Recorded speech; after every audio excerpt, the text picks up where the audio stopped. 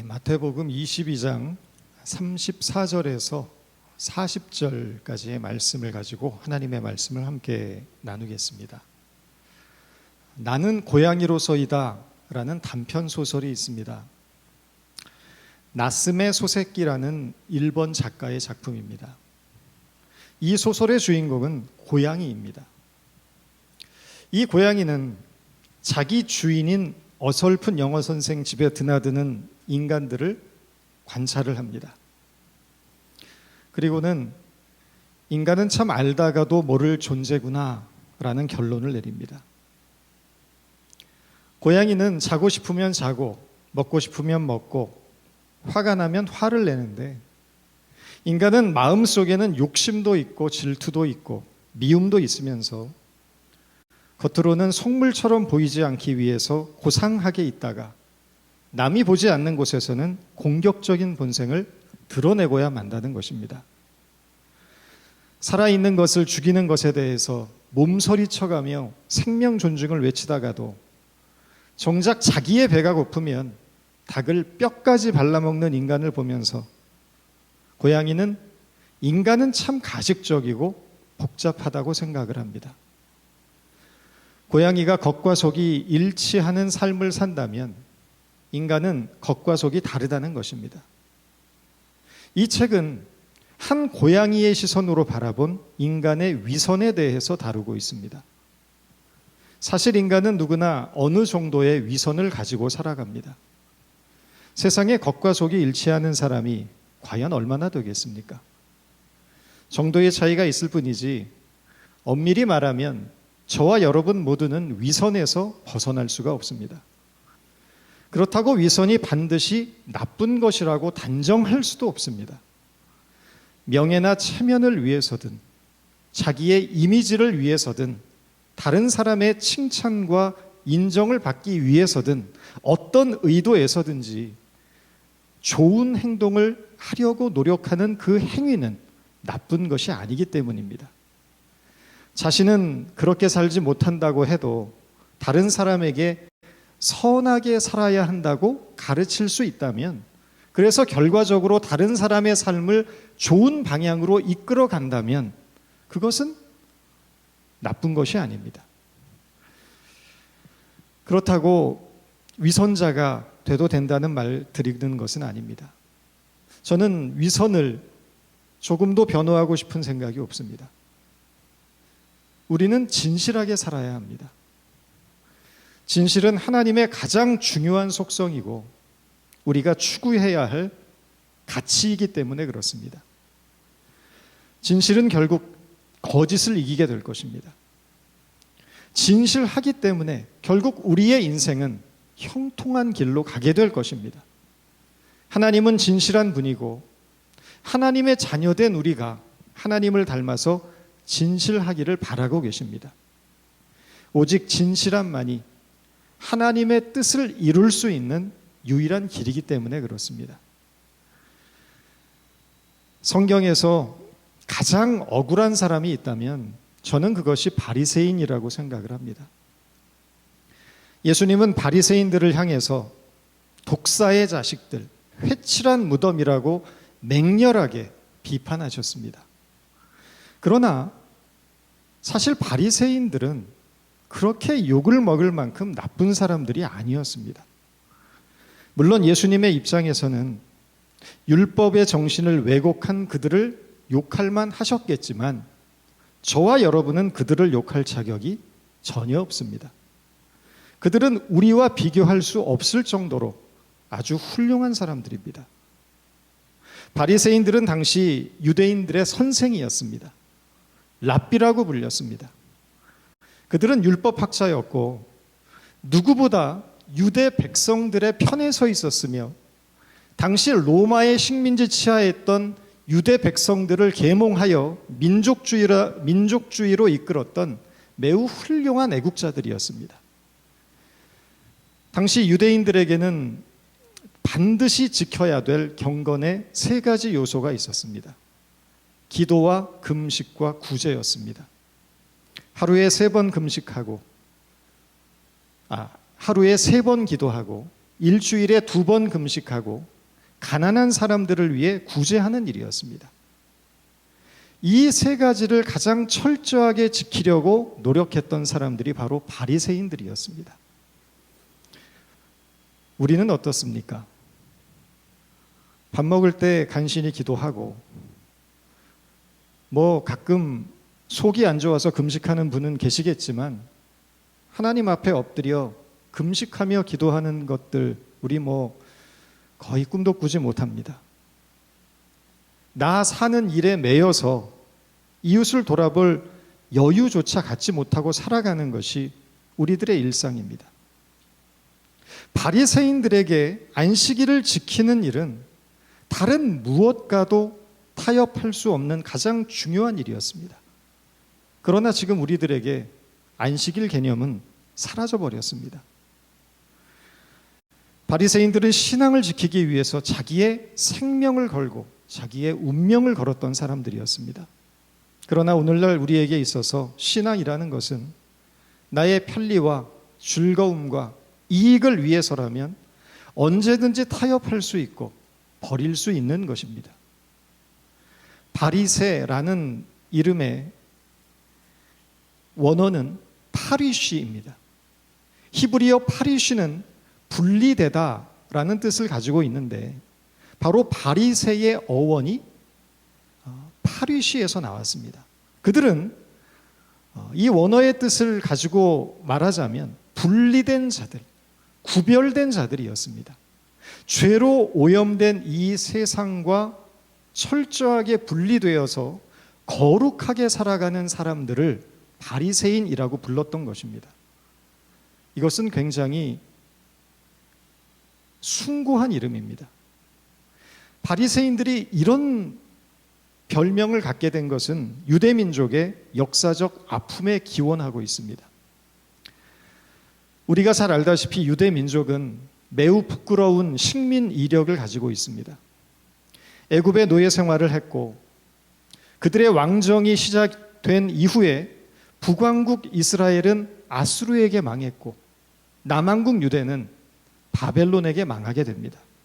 이후 바벨론을 무너뜨린 페르시아의 식민지가 되었다가 마케도니아, 프톨로메, 셀류커스 그리고 마지막에는 로마의 식민지로 전락하게 됩니다. 한시도 편할 날 없이 주변 강대국이 누가 되느냐에 따라서 마치 전리품처럼 강자에게 식민지로 넘어가게 되는 것입니다. 그런데 문제는 셀류커스의 지배를 받던 당시에 일어났습니다. 당시 셀류커스의 안티오커스라는 황제가 유대교 박멸 정책을 편 것입니다.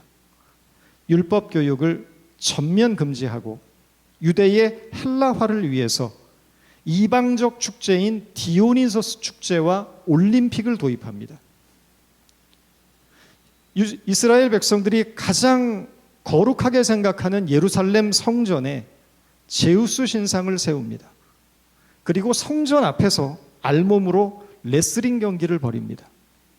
성전 입구에는 율법이 철저하게 금지하고 있는 돼지고기를 걸어놓고 성전에 들어가기 위해서는 돼지고기를 핥게 합니다. 성전에 들어가지 말라는 것입니다. 이것은 유대인들에게 치욕이었고 결국 유대인들은 이 셀류커스에 저항하는 전쟁을 벌여서 승리를 하게 됩니다. 이 전쟁이 마카비 전쟁이고 이 전쟁의 승리를 기념하면서 지키는 절기가 지금도 유대인들이 중요하게 여기는 하누카라는 절기입니다.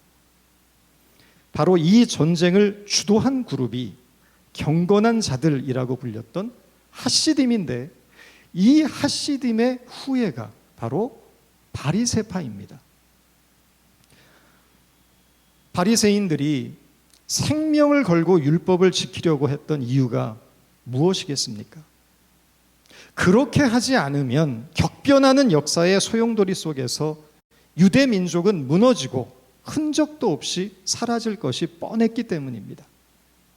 그래서 그들은 철저한 율법주의를 강조하면서 율법을 중심으로 유대 백성들을 똘똘 뭉치게 했던 것입니다. 그러나 문제는 시간이 지날수록 율법의 근본 정신은 사라져버리고 형식만 남게 된 것입니다. 본질은 잃어버리고 껍데기만 남았습니다. 율법의 근본 정신이 무엇입니까? 오늘 예수님은 본문을 통해서 그것을 가르치고 계신 것입니다. 한 바리새인이 예수님께 물었습니다.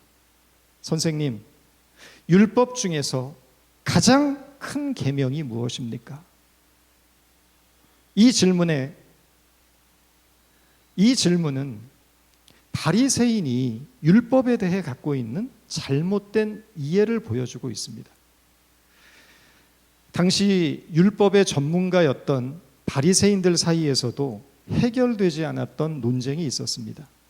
그것은 그들이 지키고 있는 이 모세의 율법 가운데서 어느 것이 가장 중요하게 여겨야 할 율법인가에 대한 문제였습니다. 소위 말해서 상위법과 하위법, 즉 율법의 중요도에 따라서 서열을 매기는 것이었습니다.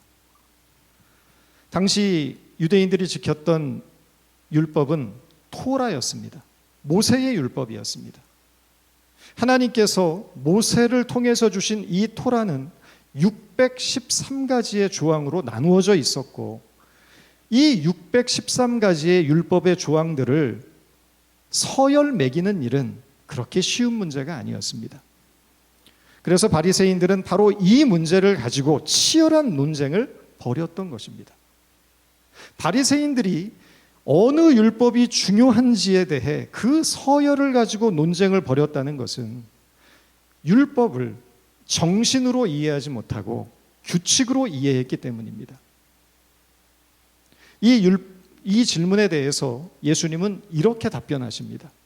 내 마음을 다하고 목숨을 다하고 뜻을 다하여 주 너희 하나님을 사랑하라 하셨으니 이것이 크고 첫째 되는 계명이요 둘째도 그와 같으니 내 이웃을 내 몸과 같이 사랑하라 하셨으니 이 두 계명이 온 율법과 선지자의 강령이니라. 율법을 규칙으로만 이해하고 있던 바리새인들에게 예수님께서는 모든 율법을 꿰뚫는 중요한 정신이 있다는 것을 지적하고 계시고, 바로 모든 율법을 관통하고 있는 그 위대한 정신이 바로 사랑이라는 것을 가르치고 계신 것입니다. 마가복음 2장을 보면 안식일에 밀밭을 지나다가 제자들이 배가 고파서 생미를 까먹는 사건이 나옵니다. 이것을 보고 바리새인들은 비난합니다. 당시 유대의 안식일 법은 안식일에 추수 행위를 금지하고 있었는데 제자들이 안식일에 밀을 까먹는 행위를 추수 행위로 간주하여 그들을 정죄한 것입니다. 이때 예수께서 이렇게 말씀하십니다. 안식일은 사람을 위하여 있는 것이요 사람이 안식일을 위하여 있는 것이 아니니. 바리새인들은 배고픈 자들의 그 배고픔을 이해하려 들지 않았습니다. 그들의 굶주림을 아파하지 않았습니다. 얼마나 배가 고프고 굶주렸으면 저렇게 생미를 까먹을까라고 안타까워하기보다 안식일에는 추수행위를 할 수 없다는 법을 문제 삼아서 그들을 정죄하고 있는 것입니다. 이어지는 마가복음 3장에 보면 예수님께서 안식일에는 병을 고칠 수 없다는 율법의 규정을 깨시고 안식일 날 회당에 나온 한 손마른 사람의 병을 고쳐주시는 사건이 나옵니다. 바리새인들은 이것을 보고 예수를 어떻게 죽일까 하는 음모를 꾸미게 됩니다. 예수님은 그들의 완악함을 보시고 꾸짖으시며 이렇게 말씀하십니다. 그들에게 이르시되 안식일에 선을 행하는 것과 악을 행하는 것, 생명을 구하는 것과 죽이는 것 어느 것이 옳으냐? 어느 것이 옳습니까? 생명을 구하는 것이 옳습니다. 율법의 근본 정신은 사랑입니다. 긍휼과 자비를 베푸는 것입니다. 선을 행하는 것이고 생명을 살려내는 것입니다. 그러나 바리새인들은 병든 자의 고통을 함께 아파하지도 않았고 병든 자가 그 병에서 해방되어 치유된 것에 대해서도 전혀 기뻐하지 않았습니다. 그들은 다른 사람의 고통이나 기쁨에 반응할 줄 몰랐습니다. 자신의 기준에 맞지 않는 것들은 틀린 것으로 간주하고 배척했습니다. 그들에게 중요한 것은 자신들이 신념으로 삼고 살아가고 있는 이 율법을 지켰는지 지키지 않았는지가 중요할 뿐이었습니다. 교조주의라는 것이 있습니다. 영어에서는 도그마티즘이라고 합니다. 이것은 자신이 믿고 있는 종교적 신념이 절대적으로 옳다고 확신하여서 어떤 타협도 하지 않고 그 신념대로 살아가는 것을 뜻합니다. 복음이 가장 경계해야 할 것은 도그마티즘에 빠지는 일입니다. 도그마티즘에 빠지면 나와 종교가 다르다는 이유로 다른 종교를 가진 사람들을 혐오하고 배척하게 됩니다. 심지어는 같은 기독교를 믿고 있다고 해도 교리에 어긋나는 행동을 하거나 신앙의 의무를 다하지 않으면 정죄하고 심판하게 됩니다. 어떤 교회 장로님 아들이 교회 근처에서 몰래 숨어서 담배를 피다가 우연히 지나가던 담임 목사님에게 걸렸습니다. 화가 난 목사님은 당회를 열었고 그 장로님은 그 당회에서 아들이 담배를 폈다는 이유로 반성문을 쓰고 6개월 동안 성찬 참여가 금지되고 당회원 자격이 정지되고 회중 예배 대표 기도를 하지 못하는 처벌을 받았습니다. 하루는 어떤 분이 저에게 상담을 요청합니다. 지금 다니는 교회를 떠나고 싶은데 목사님이 교회를 함부로 옮기면 비즈니스가 망하고 병에 걸리게 될 것이라고 했다는 것입니다. 그 말을 듣고 두려움에 사로잡혀서 정신적으로 큰 혼란을 겪고 있다는 것입니다. 이것이 도그마티즘의 폐해입니다. 도그마티즘의 시각으로 정죄하기 시작하면 여기에 앉아있는 저와 여러분들 중 처벌을 피할 자가 아무도 없습니다. 이것은 우리가 성경에서 만나는 예수님의 사랑과 다릅니다. 예수님은 우리를 가엾게 여기시는 분입니다. 우리를 보시면 우리가 사는 모습이 너무나 불쌍해서 우리를 보고 눈물 흘려주시는 분입니다. 저와 여러분의 허물과 죄를 아파하시며 그것을 끌어안는 분이십니다. 끊임없이 배신하는 우리를 포기하지 않으시고 끝까지 품어주시는 분입니다. 아무 자격 없는 우리를 위해 자기의 모든 것을 내어주시는 분입니다. 이런 주님의 은혜를 입은 우리가 어떻게 다른 사람을 정죄하고 심판할 수 있습니까? 은혜 받았다는 것은 찬송을 부르고 말씀을 듣다가 가슴이 벅차오르고 눈물을 흘리게 되었다는 것을 뜻하지 않습니다. 눈을 들어 하늘을 우러러보지 못하고 다만 가슴을 치며 하나님이여 나를 불쌍히 여기옵소서. 나는 죄인이로소이다. 스스로 죄인됨을 고백했던 세리의 그 가난한 마음을 품게 되는 것입니다. 자기 자신에게 대해서 철저하게 절망하게 되는 것처럼 큰 은혜는 없습니다. 스스로에 대한 절망이 크면 클수록 나에게 부어진 하나님의 은혜와 사랑이 얼마나 위대한 것인지를 깨닫게 되는 것입니다. 나 같은 인간을 포기하지 않으시고 품어주시고 기다려주신 하나님의 사랑 앞에 무릎 꿇게 되는 것입니다. 은혜 받은 사람은 내가 받은 그 은혜를 이웃에게 전파하는 사람입니다. 주님께서 나를 용납해 주셨던 것처럼 나도 나의 형제를 용납하는 사람이고, 주님이 절망 속에 있던 나에게 희망을 주셨던 것처럼 나도 이웃들에게 희망을 전하는 사람입니다. 은혜 받은 사람은 신뢰를 심는 사람이고, 사랑을 전하는 사람이고, 따뜻함을 전하는 사람입니다. 우리를 살게 하는 것은 하나님의 사랑입니다.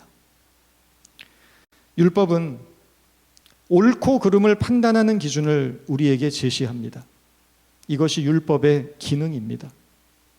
그러나 문제는 율법이란 옳고 그름을 판단하는 기능일 뿐이지 우리가 옳은 길을 갈 수 있는 힘을 주지는 못합니다. 이것이 율법의 한계입니다. 우리가 왜 죄를 짓습니까? 무엇이 옳고 그른지 몰라서 죄를 짓는 것이 아닙니다. 옳은 길을 갈 수 있는 힘이 우리에게 없기 때문입니다. 그 힘은 사랑에서 나옵니다. 하나님을 사랑하기 시작하면 우리는 죄의 유혹을 이기고 옳은 길을 갈 수 있는 힘과 용기를 얻습니다. 하나님의 사랑이 우리를 움직이게 하는 것이고 우리를 하나님의 사람으로 살게 하는 것입니다. 그러므로 하나님을 사랑하시기 바랍니다. 믿음으로 사는 삶의 출발은 하나님을 사랑하는 것에서 시작이 되고, 믿음으로 사는 삶의 풍성함도 하나님을 사랑할 때 채워지는 것이며, 믿음으로 사는 삶의 마무리도 하나님의 사랑을 고백하고 그 사랑을 찬양하는 것으로 끝나야 합니다. 우리는 하나님의 사랑을, 하나님을 사랑하는 삶의 여정을 함께 걷는 신앙의 동지들입니다. 하나님이 우리를 사랑하신 것처럼 우리도 서로를 사랑하며 이 길을 걷기를 바랍니다. 신앙은 하나님의 사랑 안에서 아름답게 늙어가는 것입니다. 하나님의 사랑 안에서 서로를 돌아보며 아름답게 늙어가는 저와 여러분 모두가 될 수 있기를 바랍니다. 기도하겠습니다. 하나님을 사랑하는 우리의 마음이 더 진실해지고 깊어지기를 원합니다. 하나님이 우리를 사랑하시는 것처럼 우리도 우리의 형제와 이웃과 세상을 더욱 사랑할 수 있도록 도와주시고, 사랑이 우리 인생의 목적이 되고 동기가 되게 하여 주옵소서. 사랑은 나누면 나눌수록 더 풍성해지고 우리의 삶을 기쁨으로 가득 차게 한다는 것을 깨달아서 아낌없이 사랑을 나누며 살아가는 복되고 아름다운 인생이 되게 하여 주옵소서. 예수님의 이름으로 기도드렸습니다.